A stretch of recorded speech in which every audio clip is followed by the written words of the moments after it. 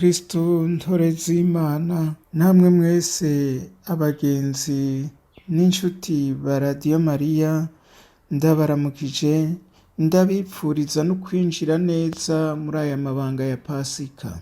Nk'uko tugize iminsi tubigira, n'uno munsi nyene n'umweranda Yohani w'umusaraba yabayeho mu kinjana ca 16 kuva mu mwaka w'igihumbi kimwe n'amajana 542 gushika mu mwaka w'igihumbi kimwe n'amajana 591, agiye kudufasha kuzirikana aya mabanga ya Pasika tugiye kwinjiramwo. Maze indirimbo ziwe zitatu zirya bita ivyese canke ivyivugo zikaba arizo tuza kwifashisha. Muri zo turaza kubona yuko ubwo yise isoko riduduma ritemba n'ahari mw'ijoro, riza kudufasha kuzirikana ikinyegezwa c'Ukarisitiya ari wo mukate w'ubuzima.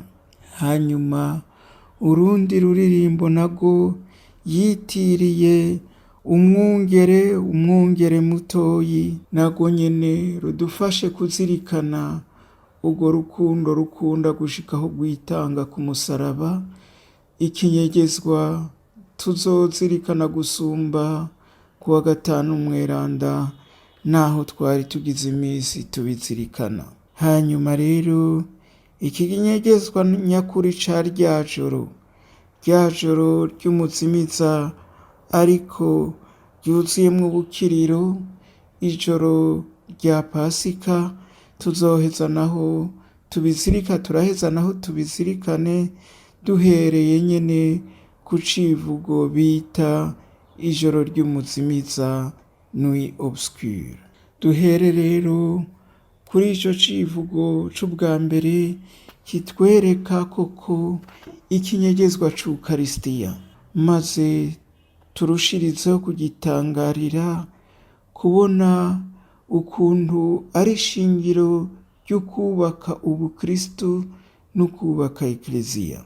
Ico civugo mu majambo ya Yohani w'umusaraba gihera ku butatu butagatifu, ari ryo soko riduduma ritemba, tukavyemera n'ahari mw'ijoro, n'ukuvuga tukavyemera naho ari mu kwemera atari ibintu tubonesha amaso yacu.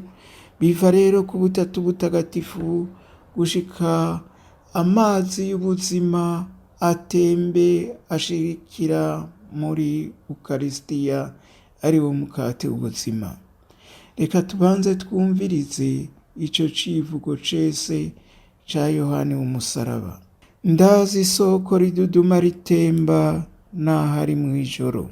Iryo soko ryamyeho ririhishije, ariko jewe ndazi neza aho rishinze urusago n'ahari mw'ijoro. Mw'ijoro ry'umuzimagiza ry'ubu buzima, jewe ndabizi kubera ukwemera isoko rifutse n'ahari mw'ijoro. Amamuko yaryo ntayo nzi kuko atayo rifise, ariko ndazi ko amamuko yose ari ryo aturukako n'ahari mw'ijoro. Ndazi ko ata kintu kirirusha ubwiza, kandi ko ijuru n'isi ariho rivoma ubutoto n'ahari mw'ijoro. Ndazi neza ko atawubona urubibe muri ryo, kandi ko ata n'umwe ashobora kuritegera n'ahari mw'ijoro. Ububengerane bwaryo ntibuterwa n'umuzimiza, kandi ndazi ko umuco wose ari ryo uturukako n'ahari mw'ijoro. Ndazi ko iyo mivi ifise ubukomezi ivomera umuriro udahera ibirere n'ibihugu n'ahari mw'ijoro. Umuvo uva kuri iryo soko ndazi neza ko ufise ubushobozi n'ahari mw'ijoro. N'umuvo uturuka kuri iyo yindi ibiri ndazi ko atawawutanze muri iyo n'ahari mw'ijoro. Ndazi neza kuko ari itatu iyo mivi iba mu mazi amwe y'ubuzima, kandi ko umwe wese uturuka mu wundi n'ahari mw'ijoro. Iryo soko ry'amahoro rirahishije, muri uwo mukate muzima ngo riduhe ubuzima n'ahari mu ijoro. Aha niho iryo soko rihamagara ibiremwa ngo vyimare inyota muri ayo mazi n'ahari mu muzimiza kuko ari mu ijoro. Iryo soko rizima nipfuza muri uwo mukate w'ubuzima ndaribona n'ahari mu ijoro. Muri urwo ruririmbo rero tuguma twumva ibintu bibiri bisubirwamwo, ndazi hanyuma n'ahari mu ijoro. Ni ukuvuga n'ururirimbo ruririmbwa mu kwemera, ukwemera dufise guhera ku butatu bweranda kuko ariyo Mana imwe kandi ariyo twemera. Ariko Yohani w'umusaraba arondera ikigereranyo gica kifatanya uko kwemera n'ubuzima. Ico kigereranyo rikaba ari isoko. Iryo soko ryamyeho ririhishije, ariko jewe ndazi neza aho rishinze urusago n'ahari mu ijoro. Ni ukuvuga ubutatu bweranda bwamyeho butabonwa n'amaso aya y'umubiri, ariko uwemera wese azi kubw'ukwemera nyene yuko ubwo butatu bweranda ari ryo soko ry'ubuzima ubwo ari bwo bwose. Ati mw'ijoro ry'umuzimagiza ry'ubu buzima jewe ndabizi ukwemera isoko rifutse. Ni ukuvuga aha kw'isi ntawe ububona. Niho avuga ati nijoro ry'umuzimagiza, ariko rero uwemera wese avyemerera kubera abihabwa na mutima nawe akaba ashinze imizi muri iryo soko basangiye uko ari batatu, ari ryo buzima bw'amaho. Ni naho avuga ati amamuko yaryo ntayo nzi, nta mamuko iryo soko rifise. Ni ukuvuga ubutatu bweranda nta handi buva, nibwo nyene buri isoko ry'ubuzima, bukaba n'isoko ry'ibibaho byose. Atariko ndazi ko amamuko yose ari ryo aturukako. Ni ukuvuga iryo soko ry'ubuzima aribwo butatu bweranda nta hantu bwamutse, nibwo mamuko nyene. Hanyuma agaca atangura kuriyaga ubwiza, ati ndazi ko ata kintu kirirusha ubwiza, kandi kw'ijuru n'isi ariho bivoma ubutoto. Ubwiza, ubutoto byose vyamuka kuri iyo nkomoko ya vyose, ariyo butatu bweranda dusenga. Niho rero kugira ngo yerekane ko bwamye havuga ati ndazi ko atawubona urubibe muri iryo soko ry'ubuzima, kandi ko ata n'umwe ashobora kuritegera. Umutwe wacu ntuzokwigera ubesha ngo uriko urategera ubutatu bweranda. Ni ikinyegezwa tuza turinjizwamwo n'ukwemera, kuko kanatsinda ikinyegezwa si ic'ugutegera, ikinyegezwa ni ic'ukwemera, kuko natwe dusanga kirimwo ubuzima bwacu.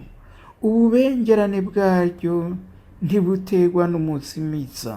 Nta muzimiza n'umwe, nta kintu na kimwe gityoza ubwiza bw'ubutatu bweranda. Ati kandi ndazi ko umuco wose ari ryo uturukako. Umuco wose uva ku butatu bweranda, n'inkomoko ya vyose. Ubu rero aca atangura kuvuga umwe wese mu baperesona nk'uko woba ari umuvu. Ati ndazi ko iyo mivo ifise ubukomezi, ivomera umuriro udahera, ivomera ibirere, ivomera n'ibihugu. Iyo mivo nayo turayizi, ni Data na Mwana. Niyo mivo ibiri duhabwa kumenya, kuko dufise n'ibigereranyo twebwe tuvuga tuti turafise Data atwumvisha ubuvyeyi ico arico. Abana turabazi, mugabo agaca atandukira avuga n'uwo muvugira gatatu, ati umuvu uva kuri iryo soko ndazi neza ko ufise ubushobozi. Ati n'umuvu uturuka kuri iyo yindi ibiri ndazi ko atawawutanze muri iyo. ni ukuvuga na mutima mweranda nk'uko tubivuga muri nemera Imana imwe rudende, asangiye ubuninahazwa na Data na Mwana kandi basangiye n'ubumana. Uwo muvu uturuka kuri iyo yindi ibiri, ndazi ko atawawutanze muri iyo. Ati ndazi rero uko ari itatu. Ndazi neza uko ari itatu iyo mivu iba mu mazi amwe y'ubuzima, n'isoko ry'ubuzima akomoka kuri Data na Mwana. Iyo mivu uko ari itatu niyo dukesha ubuzima, n'ubuzima butembera muri yo hagati, hanyuma gushikaho budushikira. Niho rero aca avuga ati ubwo buzima ni nk'isoko rihishije. Ati iryo soko ry'amahoro rirahishije muri uwo mukate muzima ngo riduhe ubuzima.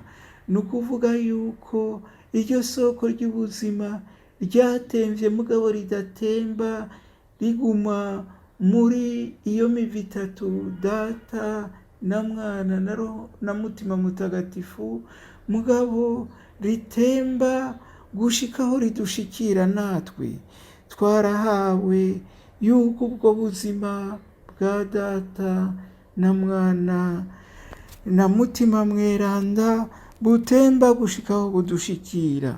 Yohani w'umusaraba agaca atwereka aho budushikirira hariho. Ati iryo soko ry'amahoro rirahishije muri uwo mukate w'ubuzima ngo riduhe ubuzima. Ni ukuvuga ubuzima bwamye muri Data na Mwana na Mutima Mweranda, ubuzima bwamye hagati y'ubutatu bweranda, buratemba gushikaho dushikira muri Ekleziya. Nabwo budushikira muri uwo mukate muzima, kandi ni naho riduhera ubuzima. Niryo soko rero riva muri Data na Mwana na Mutima Mweranda, ryaduhawe muri Ekleziya ngo riduhe ubuzima bwabo.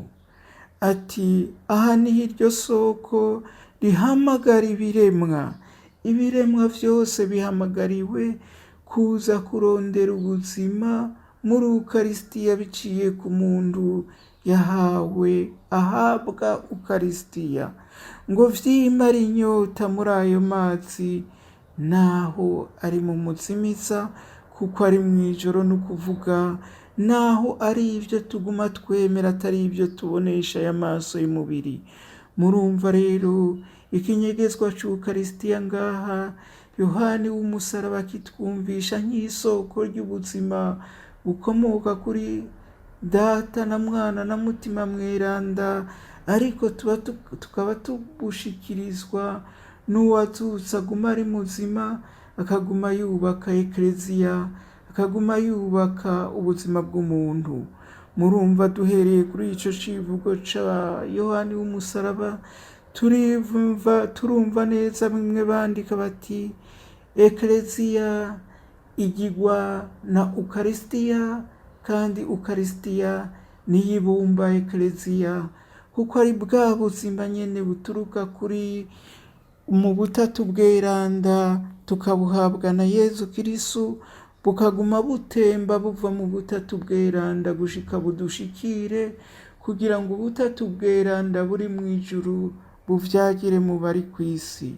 Niho rero arangiza agasozera ico civugo Yohani w'umusaraba avuga ati iryo soko rizima nipfuza muri uwo mukate w'ubuzima ndaribona naho ari mw'ijoro.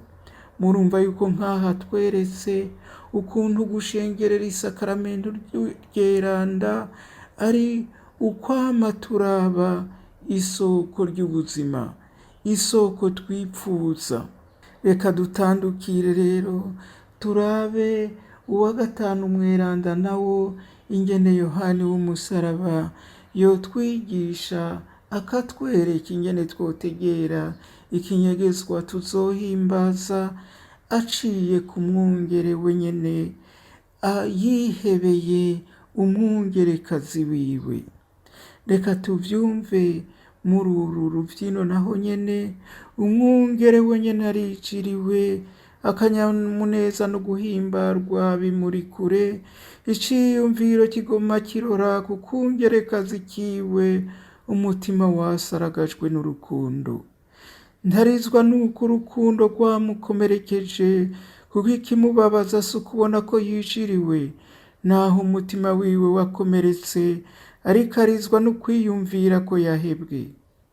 Kuko kwibaza gusa ko yahebwe n'umwungerekazi wiwe n'umubabaro mwinshi, yaremeye aragaragurirwa mu mahanga, umutima ukunda wakomeretse cane. Umwungere rero avuga ati, yo aragowe uwagiye kure y'urukundo rwanje, adashaka kunezerwa nuko ndamuri imbere, n'umutima wanje wakomerekejwe cane n'urukundo. Haheze akanya arurira ku giti, agisanza ko amaboko meza yiwe, hanyuma arapfa, aribo bamubamvye, umutima ukunda wakomeretse cane. Uru rubyino Yohani w'umusaraba yabanje kugumviriza mu mbyino zaririmbwa hanze, ziririmba urukundo rw'abantu. Ariko muri urwo rubyino umwungere yari yahebwe n'umwungerekazi yakunda, yaheze agira ati biramusha, n'akazi kiwe ko yagiye kure y'uwasaragajwe n'urukundo, akunda uwo mwungerekazi ariko agahebwa. Yohani w'umusaraba rero abifashe, urwo rubyino ruraheza rumwereka ukuntu Yezu Kristu yabaye umwungere, yasaragajwe n'urukundo, adukunda twebwe abantu nk'uko twoba turi utwungerekazi dukundwa n'umwungere. Maze rero Yohani w'umusaraba arabihindura, aho muri urwo ruririmbo rwo hanze umwungere yavuga ati uwo mwungerekazi yangiye kure biramusha, maze yerekana ko umwungere Yezu Kristu yahebwe n'utwungerekazi twiwe, yakunze cane, akemera umutima wiwe ugasaragazwa n'urukundo, adashobora kuduheba. Naho yahebwe aremera umutima wiwe ukaguma usaragajwe n'urukundo, maze uko gusaragazwa n'urukundo kukaba ariko guheza kugatuma yemera agasanzwa amaboko yiwe ku musaraba, kandi akabambwa n'abo nyene yakunze, mugabo wewe akaguma akunda gushika umutima wiwe wasaragaye utume asanze amaboko yiwe ku musaraba, gutya akamera nk'uguye mu nda isi y'abamuhemukiye. Reka n'ubu dusubiremwo rero duhejeje kuvyumva uko, twumvirize ikicibwa ca Yohani w'umusaraba, tucinovore kitwinjiza mu kinyegezwa c'umusaraba waturokoye, kuko uwadukunze yemeye akawusanza kw'amaboko, kugira ngo atugwe mu nda twese, aduhamvye twese iyo twamugararije, aheze naho ukugarariza kwacu kumubamba, urukundo rwiwe rutume aho tumubamba wewe aca atugwa mu nda twese, ata n'umwe asize inyuma. Umwungere we nyene ariciriwe, akanyamuneza no guhimbarwa bimuri kure, iciyumviro kigoma kirura ku kungerekazi kiwe, umutima wasaragarijwe n'urukundo. Ntarizwa nuko urukundo rwamukomerekeje, kuko ikimubabaza si ukubona yuko yiciriwe, naho umutima wiwe wakomeretse, ariko arizwa no kwiyumvira ko yahebwe. Kuko kwibaza gusa ko yahebwe n'umwungerekazi wiwe n'umubabaro mwinshi, yaremeye aragaragurirwa mu mahanga, umutima ukunda wakomeretse cane. Umwungere rero aravuga ati, yo aragowe agiye kure y'urukundo rwanje, adashaka kunezerwa nuko ndamuri imbere, n'umutima wanje wakomerekejwe cane n'urukundo. Haheze akanya arurira ku giti, agisanza kw'amaboko meza yiwe, hanyuma arapfa aribo bamubamvye. Umutima ukunda wakomeretse cane, umutima ukunda wakomeretse cane. Arurira ku giti, agisanza kw'amaboko meza yiwe. Kuko kwibaza gusa ko yahebwe n'umwongerekazi wiwe n'umubabaro mwinshi, ariko yaremeye aragaragurirwa mu mahanga, ni ukuvuga aragaragurirwa mu gihugu ciganziwemwo igicumuro, arico citwa amahanga. Umutima wiwe ukunda wakomeretse cane. Haheze akanya arurira ku giti, agisanza kw'amaboko meza yiwe, hanyuma arapfa aribo bamubamvye. Umutima ukunda wakomeretse cane. Maze urwo rufyino rutwigishe, rutwereke, rutwinjize muri uwo atubambirwa, yaje mu mahanga y'igicumuro, maze igicumuro akaba ari we amera nk'uwugifashe kuri we, gutyo akabona guhambya uwo wese ari mu gicumuro amwitegereje akamwakira. Reka rero dutere iyindi ntambwe, turabe ukuntu atwinjiza mu rundi ruvino rworirimba ikinyegezwa c'ijoro ryeranda Yezu Kristo azukamwo kandi akamazukiramwo mu mitima yacu. Mw'ijoro ry'umuzimiza ndururumbamwo n'urukundo, ese ingene bitera akanyamuneza. Nasohotse atawunkubise ijisho, inzu yanje imaze gutekana. Hatabona ariko mu mwizigiro, ku ngazi yihishije niyoberanije, ese ingene bitera akanyamuneza.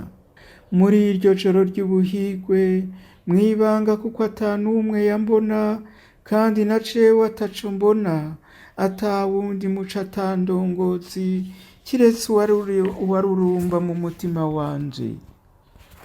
Uwo ni we yanyobora kurusha umuco w'igicamusi, aho yarandindiriye, uwo narinzi neza mu kibanza atanumwe yanukiramwo. Ewe joro wanyoboye, ewe joro rikunditse kurusha ubuca, ewe joro wafatanije umukunzi n'uwakunda, umukundwa yahindutse mu w'umukunda. Mu gituza canje kirobetse n'amashurwe, namubikiye uko camye, niho yahejeje agasinzira, nanje nkamukuyakuya, amasederi nayo akamuha akayaga. Akayaga kava hejuru mu myenge y'inzu, nigije kuri mishatsi yiwe, nkoresheje ikiganza canje coroshe, kw'izosi ryankomeretsa, rigatuma umenga ingingo zirakongataye. Naciye ndekana ndibagira, mu maso ndaba uwo nkunda, vyose bigahagarara kandi nkiroha, ngaheba icampagarika umutima, kuko nibagiriwe mu marisi. Iki civugo Yohani w'umusaraba yacivutse yibuka aho yahunga atoroka ava mu munyororo yari amazemwo amezi 9 mu gisagara ca Toledo, mu mubano w'i Toledo, aho yari yapfungiwe n'abo bari basangiye kwiha Imana. Ariko agaca atandukira, akibuka amajoro yose, ni ukuvuga umuzimagiza wose umuntu acamwo ngaha kw'isi. Ati mw'ijoro ry'umuzimiza ndururumbamwo n'urukundo, ese ingene bitera akanyamuneza. Nasohotse atawunkubita ijisho, inzu yanje imaze gutekana. Ni ukuvuga muri ibi vyo ngaha kw'isi bidaditse, umenga ni mw'ijoro, umuntu arurumbwamwo n'urukundo, nigo ruguma rumuyobora, nigo rumutembera imbere, nk'uko Yezu Kristo mu mwijima w'ukubabara gushika amanuke mu cobo, yagiye arurumbwamwo urukundo, maze Imana Data muri urwo rukundo nyene basangiye ikamuzura kandi ikamutuma aza guhamvya abo bose bari bapfuye imbere yiwe n'abo bose bazopfa mu nyuma yiwe, kugira ngo ntihagire n'umwe azopfa akagirire. Nico gituma mu muzimagiza w'ibishobora kugora umuntu, urukundo akunda Imana arirwo ruguma rumuyobora, maze rukamera nk'umuco urusha kure umuco w'umunsi. Mw'ijoro mu muzimagiza urwo rukundo rurumba mu muntu rukamba indongozi, maze iryo joro rigaca rihinduka umuco umuyobora. Reka rero tuzohimbaze ijoro ryeranda rizotera ridushira Pasika, twibuka uwo yaduhambije mu majoro yo ngaha kw'isi gushika no mw'ijoro ry'urupfu n'igicumuro, mugabo urukundo akunda Imana se n'urwo adukunda bigatuma aza kudukura muri ayo majoro yacu, kandi urwo rukundo rwiwe turufashe kuko arirwo twahawe, ruzoguma rutuyobora mu majoro yose, maze rukatwinjiza muri rya joro ryeranda rya Pasika ritushikana mu buzima bw'amaho. Reka dusubiremwo rero iki civugo, kandi kiba ari naco kimera nk'uko ndabipfurije nitije ijwi rya Yohani w'umusaraba, umunsi mukuru wa Pasika. Mw'ijoro ry'umuzimiza ndururumbwamwo n'urukundo, ese ingene bitera akanyamuneza, nasohotse atawunkubise ijisho, inzu yanje imaze gutekana. Hatabona ariko mu mwizigiro, ku ngazi yihishije niyoberanije, ese ingene bitera akanyamuneza. Muri iryo joro ry'ubuhirwe, mwibanga kuko ata n'umwe yambona, kandi na jewe ataco mbona, ata wundi muco, ata ndongozi, kiretse uwarurumba mu mutima wanje.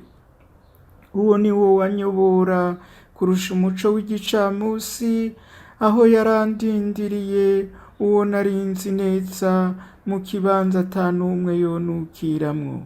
Ewe joro wanyoboye, ewe joro rikunditse kurusha ubuca, ewe joro wafatanije umukunzi n'uwakunda, umukundwa yahindutse mu w'umukunda.